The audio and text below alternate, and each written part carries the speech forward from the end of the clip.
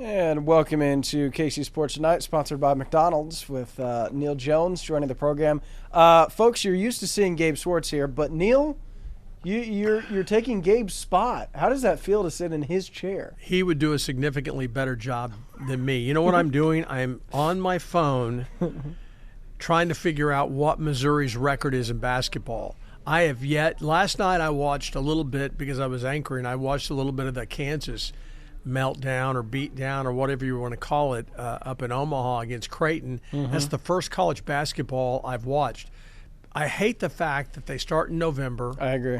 And they play some really great games. I've listened to some games. When I'm in the car, I listen to Brian Haney's called the Duke KU game out in Vegas, and it was really exciting. I really enjoyed that. But I'm football-centric this time of year. Our college teams are wrapped up for the regular season right now. They all have bowl games, or at least two of the three have bowl games. So I've been kind of focused on college football on the weekends. And I wish they would move the Final Four back by about a month. There's some other media people around the country who are suggesting the same thing, because college basketball has this great thing going in November and December, but they get kind of lost in the shuffle. And, of course, we have that great NFL story here with the Kansas City Chiefs the last 5, 6, 7, 8 years, really since 2013 when Andy Reid got here. It's just become center stage, and I don't even start thinking about college. And by the way, I didn't have a chance to do it. I don't know what Missouri's record is. I heard they played a crazy game, had that great second half a couple of nights ago. And normally the first college basketball I see is the Border War. I go out and cover it. This year I'm not going to be able to cover it because they're not playing on Saturday like they should. They're playing on Sunday up against the Chiefs. I don't get it. And we can't do it. Can you explain that to me? No, I mean, it's on national TV, but like that's not hard to do. After all the college football games are over, so I don't understand why they picked that day. I get maybe they on the Saturday of college conference championship games they thought they'd get more eyeballs on Sunday, but I don't think that's true. And wait another week, right? That's what exactly they've done in past years. So, but no, you're right. KU has played a good schedule. Like there's been good KU games. North Carolina came to the Fog. You mentioned the Duke game. They played Michigan State in the Champions Classic. Creighton's not a bad game. I wasn't at North Carolina. Why wasn't I at the North Carolina KU game, a 6 o'clock tip? Why wasn't I there? High school football. Yeah. Okay, there's all this other stuff we cover, and so it's like every chance I think, I'm going to get a chance to go over there. It's because they love the March Madness name and they want it to be done by them, but call it May Madness or shorten the season. So there's a columnist down in Oklahoma City who covers college sports really, really well. And he's not afraid to put stuff like that out there. And he said, college basketball ratings are terrible when it's up against football. Football is the king of the hill when it comes to American sports. Okay, it just is. The numbers are there. The NFL's number one, and college football's right after it. And if you actually add up the number of viewers, there are more college football viewers because there's 115 teams than there are NFL viewers because there's only 32 teams, 16 games a week. So it adds up. But the point being that college basketball's banging their head against it, and he agrees with you that March Madness, the name is such a great name. Sure. That's what they want to do. Call it whatever you want to call it. They play the championship game usually in April. In April anyway, so call it March Madness and tip it off middle of April. Yeah. Or May Madness. Right. Push it like have the season tip off on New Year's Eve. Or on Christmas Day, if you don't want to go up against college football known for New Year's Day, whatever. Yeah, but that's a bowl. That's Christmas holiday. There's no bowl games on Christmas this year.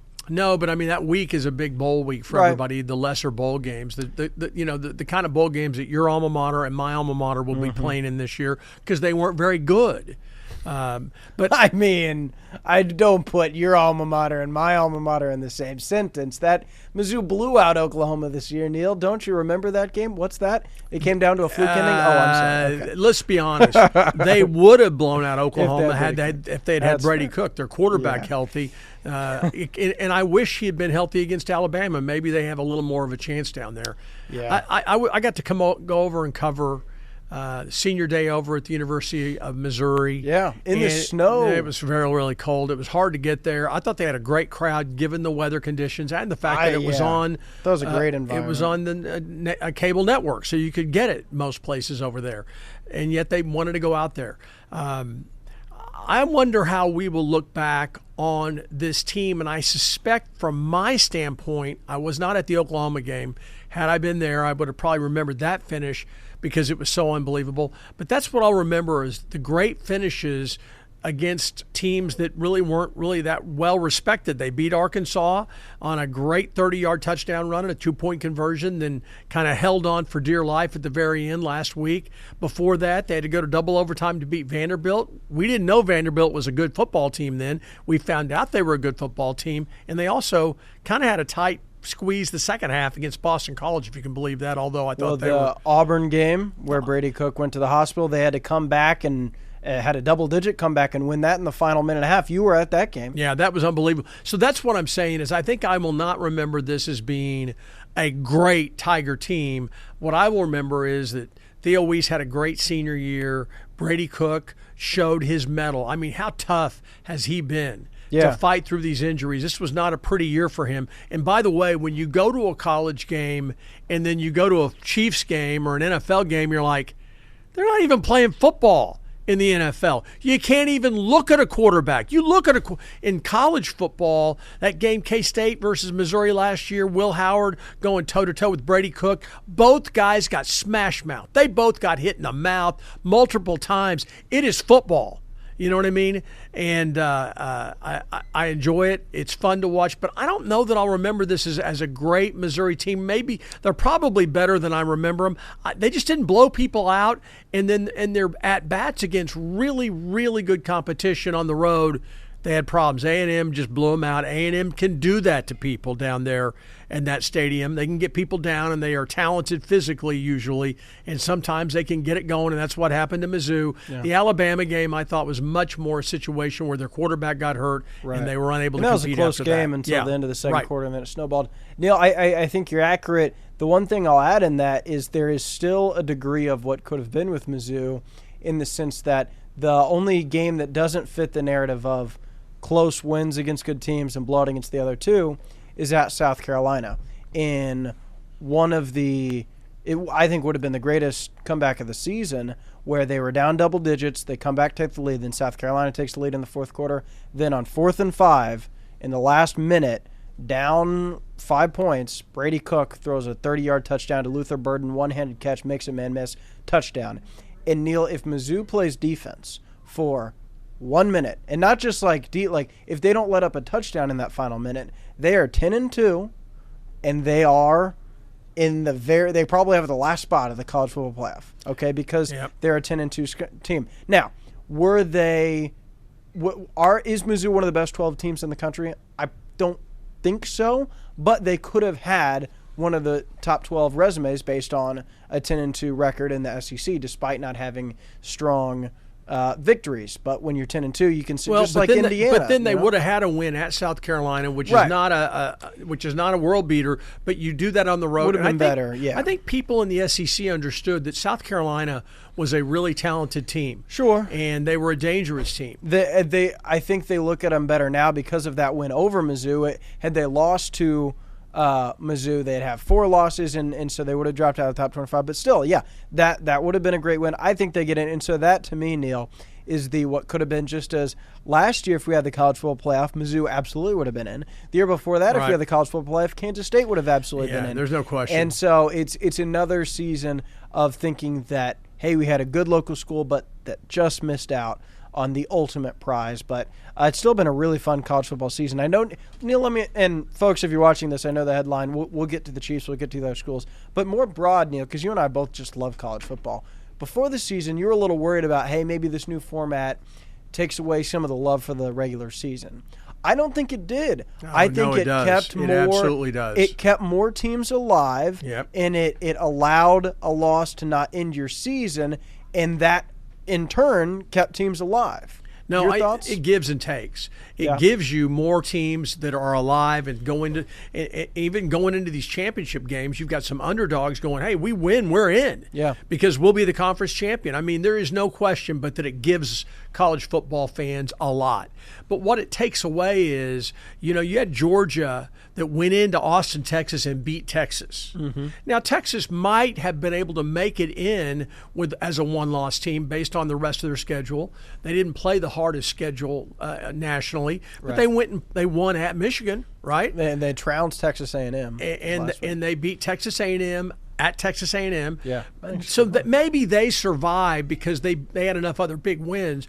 But it weakens a little bit when that game, that big showdown between two behemoths, it's like, well, what did it mean? At the end of the day, what did it mean? Well, it didn't mean anything. They both are going to be in the SEC championship game, and they're going to play. And there are people that say, hey, even if Texas or Georgia loses in the SEC championship game, they should be in the playoff. And so it's like that part of it. I think they probably will be. That part of it, it's, do you really want a Georgia team that's got 3 losses and lost their last game, but they get in because they got a big stadium and a big name? Who would you have in over them? That's we don't know where Big 12 team. I mean, we don't know where everything is, but you're telling me, look, nobody cares that in 1988 the Kansas Jayhawks sucked for most of the season. Right. Were one of the most disappointing teams in basketball. They got beat in the second round of the Big 8 tournament on on Saturday afternoon at Kemper Arena, beautiful Kemper Arena. And it was like the story that next day was, Kansas. I mean, so much was expected, and they got a second chance in the tournament, and they win the tournament as, a 6th seed? It was unbelievable. So you got Cinderella stories, but do we really want to see Georgia go in off a loss with 3 losses? And look who they lost to. Yeah. And they should have lost to Georgia Tech. Did you see that 7 overtime game? I didn't see any of it. I was working. Crazy. Remember, you had me on a story that night. Couldn't watch it. Thanks very much, No, Jared. that was the Mizzou. Yeah, that was the Mizzou. Yeah, I didn't get back by then. Yeah, I wasn't watching. Sorry about that. I was driving, trying to get back. I mean, I was 4.5 hours over there in the snow, and then I shot into drive freezing. as fast as I would have then. Well, you couldn't drive fast because of the snow. I shouldn't joke about that. But no, because the traffic wasn't moving. I mean, I would have driven around people on the side of the road if I could have, but anyway. But so I guess that in some respects it's like pros and cons. I mean, I get it. The brand names are going to get in on the brand names, and that's not. I just don't think the depth is that great this year of teams. Like, I don't think Georgia's a good team, but like, if you take them out, like the team that nobody wants in right now is Alabama. They're 9-3. They also I think they're worse than Georgia. So like, if you take Georgia out, or Alabama. No. I thought that they beat Georgia. No, let me check here. And Georgia's schedule isn't. Oh yeah, they did. That was Georgia's. That was their big win. It was Alabama's big win. Yeah, but Alabama also lost to Vanderbilt, lost to Tennessee, and then losing to Oklahoma by 21 should disqualify you from any college football playoff. That's egregious.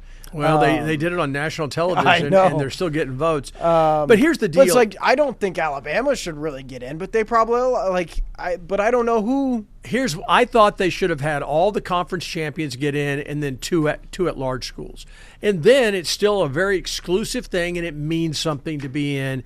But they said no, let's go to 12, and so we are where we are. I thought it was too much. Well, and it's the type of thing where Kansas State, though, moving to them, Neal, if they beat Houston, which they probably should have beat, then that Iowa State game would be playing for a spot in the Big 12 championship game. And if they win that, then Kansas State potentially could have got to the college football playoff. Now, you end up terrible. 8-4, so it doesn't look like Kansas State's not ranked. It won't look like that. But this team, Neal, it could have. They could have won at Iowa State too. A degree of what could have been there too. Let's talk about the 3 local schools, because these were some interesting stories. Kansas State looked like they were going to be in the Big 12 championship game for about the first 8 weeks, Sure. and then they fall off. They just fall off. They lost 3 of their last 4 games, including that game at Houston. By the way, Houston's got talent, and what else do they have now? They have a coach Willie Fritz. He has won everywhere. Local coach. He leaves Tulane. Tulane finally, they got beat last Saturday, but they've been ranked almost the entire year. As a matter of fact, Oklahoma and Kansas State's biggest wins in some regard were the wins over Tulane. Yeah. I mean, Tulane's the real deal. And they got beat last week, so that'll damage there. Right. But the point is that you look at Kansas State has got some wins that are fairly impressive. Sure. But then when they had to get them late in the year, they get skunked. They get skunked at BYU. They get beat by a touchdown by 8 points at Iowa State in really, really tough situation up there. It was really cold, sellout crowd. And at that point, Iowa State was playing for a Big 12 championship, whereas Kansas State wasn't. I wasn't surprised, but I think on paper this team could have been better when you look at how they ran the ball. But the good news is you have Avery Johnson coming back for another year, and that's something we've talked about on air, like how do you judge Avery Johnson versus Will Howard? And I think the story of whether or not that was the right move will be written next year, whereas Will Howard's story is now, well, I guess not written because Ohio State will make the college football playoff, so he could change that, but he's coming off a bad loss against Michigan. He threw 2 bad passes that got picked, but if you saw that game, it wasn't really his fault. I don't think that offensive line was completely unable to move Michigan at all, and they were the Michigan won the line of scrimmage in both of those. Yep, on both sides, and that's kind of what won it. It wasn't that Will Howard played an awful game. I know some people say that because all the blame goes to the quarterback, but I don't think he gets paid the most, and he'll have a chance to. That's the thing. They'll still make the college football playoff, and I think 6 of the top 12 teams right now are teams that have quarterbacks who they brought in through the transfer portal. That's the new. That's what Mizzou's going to do next year, right, Neal? And Brady Cook's gone. They got to bring someone. Well, in. they've got a stud recruit, but I think Oklahoma has proven they're their poster child. They allow a guy to walk away, Dylan Gabriel. Yeah, they allow him to walk away. He goes to Oregon. He's going to be an All-America, even if he doesn't win the Heisman. He's a guy that's up for all of those awards. And look at what Oklahoma went through. They had one of the top recruit in their history. They brought him in, but he didn't have anything around him, and he's terrible. And so he's leaving, and Oklahoma's like, you know what? Let's go out to the portal and get a guy. Let's pay the $2 million or whatever it costs and get the next Dylan Gabriel or the next Will Howard or the next big-time recruit that comes in who's a proven guy. Are you saying Jackson Arnold is the next quarterback of the Missouri Tigers? I think, you know what? I think he's a guy that I would put some money on. Yeah, and the reason I say that is he's paid his dues. He has made all the mistakes. As a first-year starter, no running game, his top 6 wide receivers out. It was like he had no chance. Patrick Mahomes would not have succeeded with that offense this year. His receivers were all hurt. Everybody. The guys from ABC were doing the Alabama game, and they were both going, we have never seen anything like this. The top 6 wide receivers are hurt, like broken foot hurt, like concussion hurt, and then they couldn't run the football because their offensive line was so bad. Yeah. So no, I think guys like that are the guys you want that have been they played for a couple of years and they're ready to take over and be successful. Brady Cook and Will Howard both suffered through their first years as starters. They really rode the ups and downs because they're trying to learn while they're playing. And it was hard on both of them. They both survived. And look what you had the last couple of years. Yeah. Really good football players. So why in the world are you going to put all the money on a younger guy when you can bring in an older guy and say, welcome to the club. 100%. You're now a Wildcat. You are now a KU Jayhawk. You're now a Missouri Tiger. And who's to say that's not the way of the future? That's what I would do if I owned a university. Yep, and stay tuned if that all happen in the near future. And then the other guy, although I'll mention also your boy Lincoln Riley's quarterback Miller Moss and the transfer portal from USC. He's been linked to Mizzou as well. While Mizzou has Matt Zollers, the true freshman, and Sam Horn, of course, who competed with Brady Cook to be the starter 2 years ago. And Sam Horn will be better. He was hurt this year, but he will be better from all the experience he's had standing around and being in the meetings. But coming off an injury and that they didn't trust him early on in his career, I feel like they're going to look for, as you said, someone who's already gone through the fire. And is that unfair to Sam Horn? Maybe, but that's college football now. And the same deal goes now with Jalen Daniels. Neal, is he coming back? He has that COVID year because that's how old he is. He could come back. Should KU want him back? Should they try to go in the transfer portal? What should they do? I think I would be very careful because good Jalen has been unbelievable. Bad Jalen has been unbelievably bad. Is the reason they're not in the bowl game, and that's tough. But I like him a lot. I liked his attitude. I liked him in press conferences after losses. Let me tell you something. You learn a lot more about people after they lose a game they really wanted to win, than you do after a win. After a win, the meanest, biggest jerks in the world are all smiles. And then you see them lose, and suddenly they're cussing and they're yelling at the student assistants on the sideline, and they're acting like jerks. You learn a lot about players and coaches at every level in any sport, male, female, whatever, that from a loss, a lot more from a loss than you do a win. And Jalen Daniels, I was in that room, for the press conference, and he's being asked all this stuff about, what happened or what's this or what's that. And I was so impressed. He didn't make excuses about himself, and he basically said, we're not giving up. We don't get we don't have 20-year careers in college. Every game is big. And they didn't give up. And they did not give up. And so I think that if I were at a school and I'm like, I don't know that if I'm at Ohio State or something like that I'm going for Jalen Daniels. But there are a lot of schools that ought to look at him and say, this guy's a leader. He's been through it. When he's healthy, he plays well. And so I'd have to give him a chance. Yeah, it's interesting. This season did not go as KU planned, not as Jalen Daniels planned. All the pieces were there. Like, that's the other thing. It's not just the Jalen Daniels factor, Neal. Like, they're losing a lot of guys. Like, Devin Neal ain't walking through that door. All their wide receivers, like, now it's a rebuild too. It's a different world, though. But you can rebuild it quick. It's just going to test Lance Leipold in a way that he hasn't been tested in a couple of years. I mean, this team was set. It used to take 5 years to build something. It really did, because you were limited on how many scholarships you could get out per year. Sure. So if you had 50 available scholarships because everybody left or flunked out, you couldn't sign 50 kids. Now, if you've got 85 scholarships, you could literally sign 85 new guys through the portal, high school or the portal. You could do whatever you want. And it's look at Colorado. They went from the laughingstock where year after year after year they won one or two games. In 2 years, what are they at? Are they at 8 wins or 9? They were at 9 wins this year. Top 25 team. Yeah. And he did it by signing. He has 95 total new players over the last 2 years. 95. Yeah, I mean, I don't know if Deion's the blueprint for what you want to do, but it worked for him.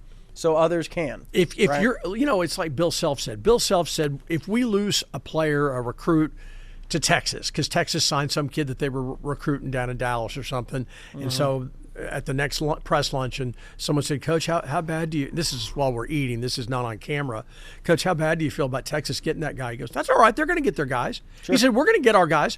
Every time we lose a player, you know what it is? An opportunity. Because we're Kansas. We're going to get good players. Well, good football programs and good coaches who are respected are going to get players. They're going to be people who want to come play for you. Yeah. Missouri has built that up. Well, right? Missouri's recruiting class is great. Once again, no, they have. I mean, that's something that Drinkwitz has always been really strong at. It's started really with Luther Burton, who's now leaving his college. That's the crazy thing. Not crazy thing, Neal, but like how quickly some of these college careers go. Like, remember the hype around Luther Burton? It was massive, and now he's gone. He's declared for the NFL draft, yep. right? Yep. That does not mean that A&M couldn't come in and go, look.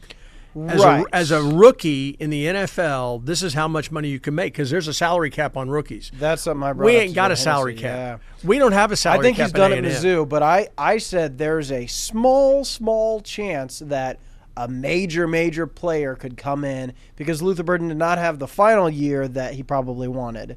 If somebody wanted to come in and really blow his doors off, and if he looked at the mock drafts and saw, he's only the 26th pick instead of the 6th pick, maybe, but regardless, I think his time at Mizzou is over. But if you were going to do it, you would do it with we've got the best quarterback in America, whoever, right. and we want to pair him up with you, and then we got another wide receiver who's going to be a first-round draft pick. You're going to elevate yourself, and we will pay you guys more than you can make as rookies in the NFL. That's the only.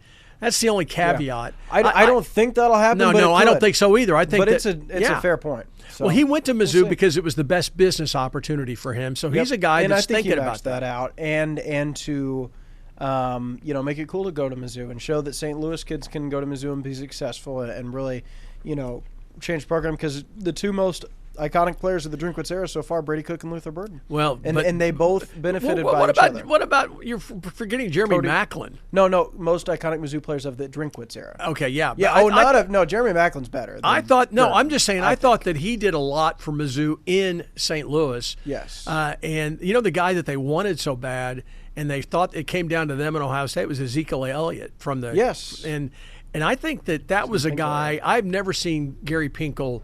So I've never seen a head coach ever on signings day so down. He was like, Well, he knew how good he was. Because I think he saw that was a guy that could be like a Luther Burden. Luther Burden was that catalyst. Yeah. He was the best player in the state, one of the best players in the entire country coming out of high school. And when you get him, he's a magnet. Right. Other people are going to want to play with him. And Pinkel's teams didn't need Ezekiel as bad as Drinkwitz's teams needed Burden. I'm confident in saying that. Now it's even better when you look at the talent Drinkwitz is bringing in. But when we think back to when Burden committed, remember he was, Oklahoma in the mix, Georgia, Alabama, and he chose Mizzou coming off a season where, they hadn't won a Cotton Bowl. They hadn't won potentially 10-win seasons in back-to-back years like they will this year. So, but we'll have more to talk Mizzou. Neal, final thoughts as we wrap things up on the Chiefs. It's interesting. You have had a sideline view of this team all year long, and I'm wondering your impression of the vibes in each game. Like, is it as negative in the moment? Like, are you feeling the stress or the, oh no, another close game? Like, what do you feel when you're on the field? I always shoot in the end zone the Chiefs are coming towards, either with offense or their defense. So if there's a pick six, it comes right to me. If there's a long touchdown run or pass, it comes to me. And the only time I switch that is if we get in the last 7.5 minutes of the fourth quarter, the other team is driving away from me, and they can take the lead with a score. Then you have to move down because this is potentially the game-winning score, and you understand, or the winning score, and you understand if there's a pick six, then I'm not going to be in position to get that very well. But I've had to go down week one. I'm like, I can't believe. Ravens drive the field. I got to flip. I got to go down there. So I'm over there right by the on the sideline, and I see the play out. And I thought it was a touchdown, and the guy, his toe landed out of bounds. The Chiefs win, and it was dramatic. And then every game since then, it seemed like, other than the Saints game, I've had to be down there in case the Bucs won because they drove all the length of the field. If they'd gone for two, I had to be there. Broncos, field goal. Everything. And it's just, there is a sense that this is a team that is not closing out games. Okay. And I don't think it's because they're not trying. I don't think it's because they're badly coached. I think it's been they aren't good enough on offense or defense to close out games. They don't have a dominant pass rush to get off the field and to overwhelm the other team's quarterback. They haven't had that. Hopefully they might get there with Omenahu, right? If he can, he's coming back from that knee. He did not look 100% to me. The coach today said, Steve Spagnuolo said, he was pretty good. And that's how I looked at it. He looks like he's pretty good. He's nowhere near as physically active as he will be because, hopefully that knee keeps getting better and stronger. But just his presence alone, I thought, did make a nice impact. That's great. But on their offense, they haven't been explosive enough to be able to make the long plays upfield. They haven't been able to protect the quarterback well enough. Their running game has not gotten them chunk plays until they get Isaiah Pacheco back last week, and he had, a 33 or 34-yard run? Yeah, only 7 carries. 6 of them did nothing. But that one – that's all you need. But that's what they have not had. Exactly. And so I've got to hope that they can be, they say all the right things, but it's really kind of what they do on Sunday. I'm not down on them. I keep expecting them to make big plays, and they haven't been able to do it. Yeah. What I really hope happens is that Hollywood Brown, this is not a guy who's coming back with a bad ankle or a bad knee. This is a guy that had a shoulder problem